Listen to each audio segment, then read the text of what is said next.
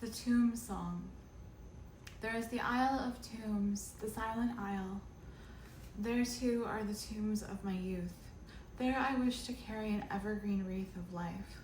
Resolving this in my heart, I crossed the sea.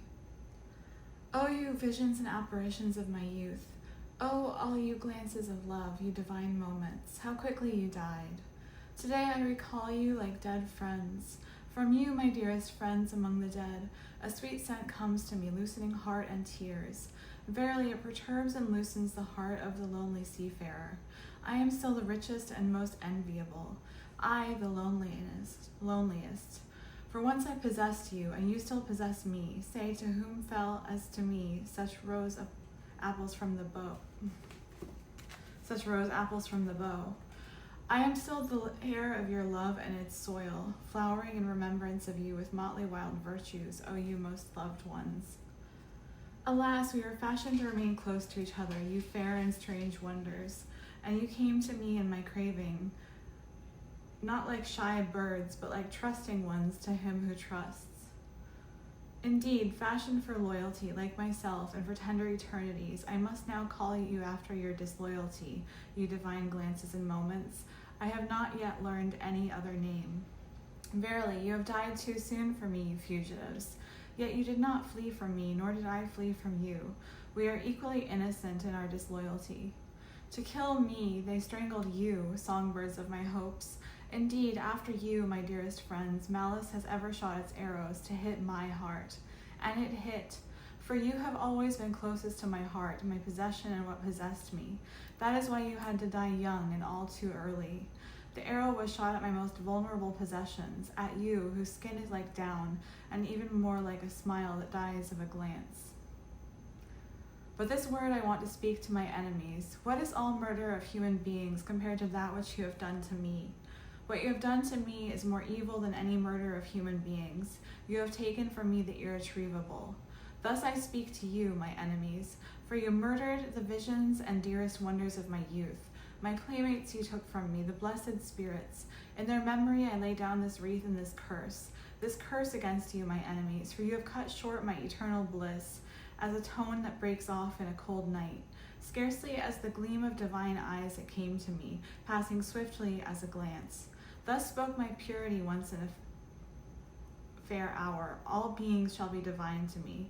Then you assaulted me with filthy ghosts. Alas, where has this fair hour fled now? All days shall be holy to me. Thus said the wisdom of my youth once. Verily, it was the saying of a gay wisdom. But then you, my enemies, stole my nights from me and sold them into sleepless agony. Alas, where has this gay wisdom fled now? Once I craved happy omens from the birds, then you led a monster of an owl across my way, a revolting one. Alas, where did my tender desire flee then? All nausea I once vowed to renounce, then you changed those near and nearest to me into putrid boils.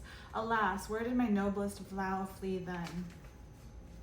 I once walked as a blind man among blessed paths. Then he threw filth in the path of the blind man, and now his old footpath nauseates him. And when I did what was hardest for me and celebrated the triumph of my overcomings, then you made those who loved me scream I was hurting them the most. Verily, this was always your practice. You galled my best honey in the industry of my best bees. To my charity you always dispatched the most impudent beggars. Around my pity you always pushed the incurably shameless. Thus you wounded my virtue in its faith.